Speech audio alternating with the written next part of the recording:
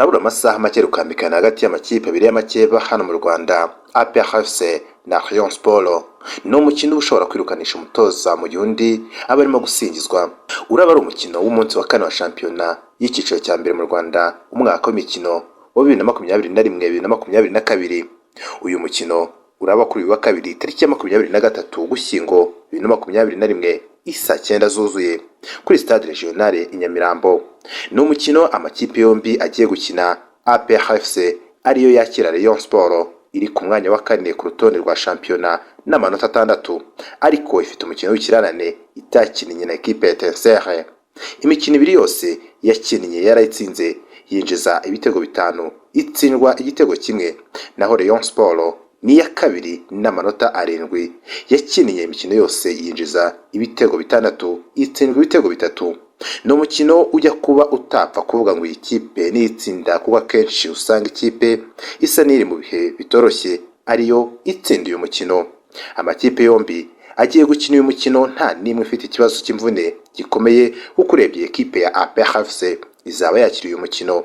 Abakinnyi bayo bari bamaze igihe mu mvune, batangiye imyitozo ndetse bashobora gukinishwa. Barimo Byiringiro Rage wakinnye imikino imwe n'imwe ya gishuti, Jacques Tuyisenge na Mugisha Bonheur nabo batangiye imyitozo.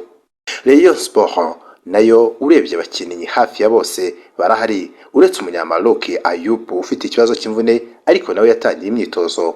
Umukino uheruka guhuza amakipe yombi wabaye tariki ya 16 Kamena 2021, ni umukino wa shampiyona umwaka w'imikino 2020-2021.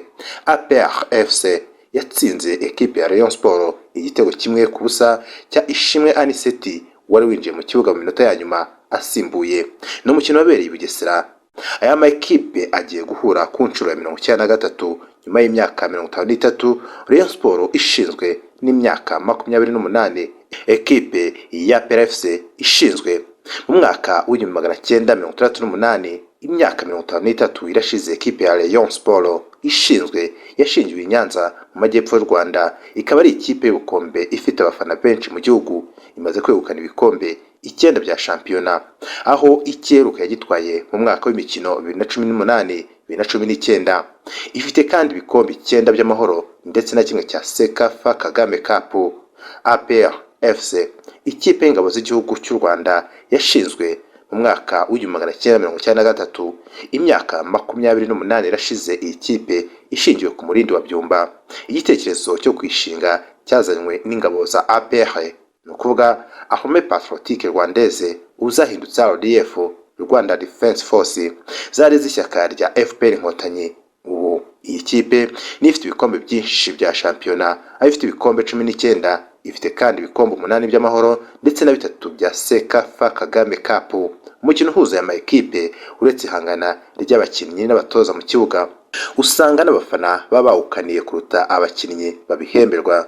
Kuva mu mwaka w'1995 APR FC na Rayon Sport zimaze guhura inshuro zigera kuri 92, hari imikino ya shampiyona, igikombe cy'amahoro n'andi marushanwa atandukanye. Ni amakipe utampfa kumva yakinnye umukino wa gishuti. Muri izi nshuro zose APR FC niyo yatsinze imikino myinshi, kuko yatsinze imikino 40, Rayon Sport igatsinda imikino 29, banganya inshuro 23. Muri izi nshuro kandi ikipe ya APR FC niyo yatsinze ibitego byinshi mu izamu rya Rayon Sport, kuko ibitego 250 bimaze kuboneka muri uyu mukino. APR FC yinjije 130, naho Rayon Sport yinjiza ibitego 120. Si kenshi uzasanga amakipe imwe yatsinze indi imikino 2 yikurikiranya gusa. APR FC niyo yabigezeho bwa mbere muri shampiyona umwaka w'imikino 2005-2006 tariki ya 23 Ukwakira 2006, ubwo yatsindaga ibitego 3 ku busa, ikaza kwisubira tariki ya 1 Gashyantare 2007 itsinda ibitego 4 ku gitego kimwe mu mukino wo kwizihiza kuri imyaka 30 ishyirahamwe ry'umupira w'amaguru mu Rwanda Ferwafa ryari rimaze ryemewe na FIFA. Rayon Sport yatsinze APR FC imikino 2 yikurikiranya mu mwaka w'imikino wa 2015-2016, ubwo yatsindaga ibitego 4 ku busa.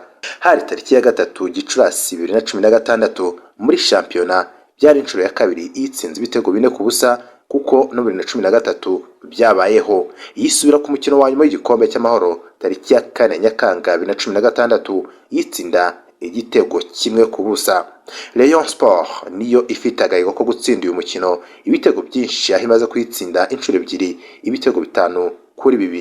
Bwa mbere byari tariki ya 3 Ugushyingo 1996 mu mukino wari wateguwe n'icyahoze ari Kaminuza y'u Rwanda mu rwego rwo gukusanya amafaranga yo gusana ibyangiritse kubera inkongi y'umuriro muri iyi kaminuza.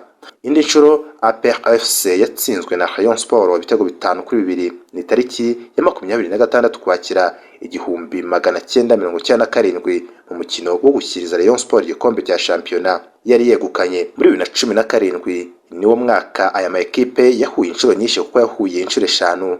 APR FC yatsinzemo ebyiri tariki ya 21 Mutarama 2017 muri shampiyona igitego kimwe ku busa, yongera tariki ya 1 Gashyantare 2017 mu mukino w'igikombe cy'intwari.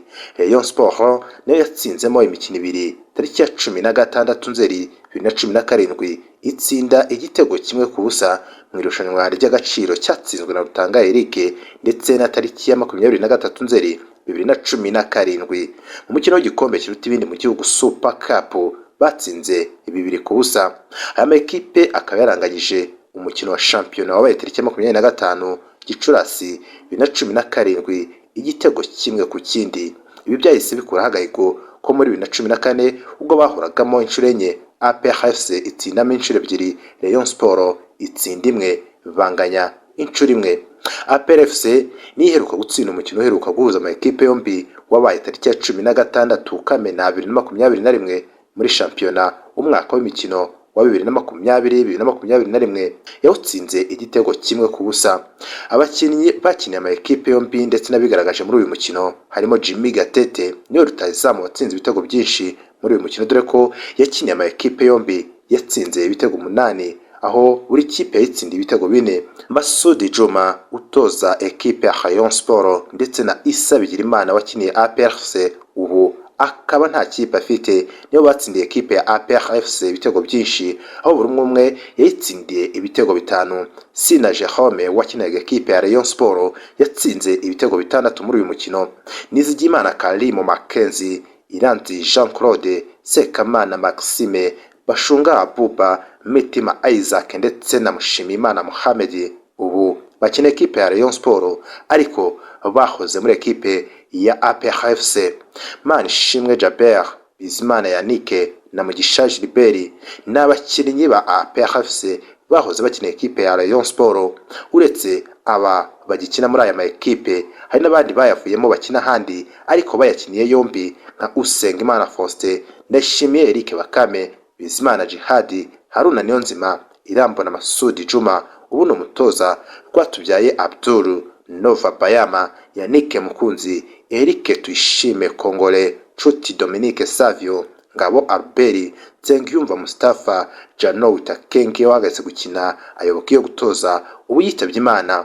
Hari kandi igikura nkota Bokota Labama Kamana, Kimenye Yves, Rugwiro Hervé, Shimimana Amlani, Nizeyimana Mihafa, Rutanga Eric, Fuwadi Ndayisenga, Muganza Isaac, Imana Ishimwe Emmanuel, Manzi Thierry, Niyonzima Olivier Sefu, Mutsinzi Ange Jimmy na Bukuru Christophe ndetse n'abandi. Uretse aba bagikina muri aya makipe hari n'abandi bayavuyemo bakina handi ariko bayakiniye yombi nka Usengimana Faustin ndetse na Nova Bayama.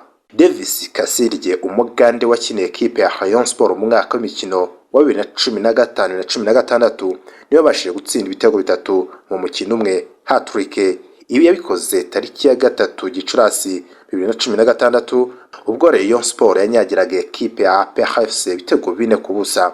Umutoza washoboye gutoza imikino myinshi hagati yaba bake banira Wushongo watozaga ekipe ya Rayon Sport wabashije gutoza imikino 16 yahuzaga aya makipe, abasha gutsindamo imikino 7, atsindwa 4, anganya 5.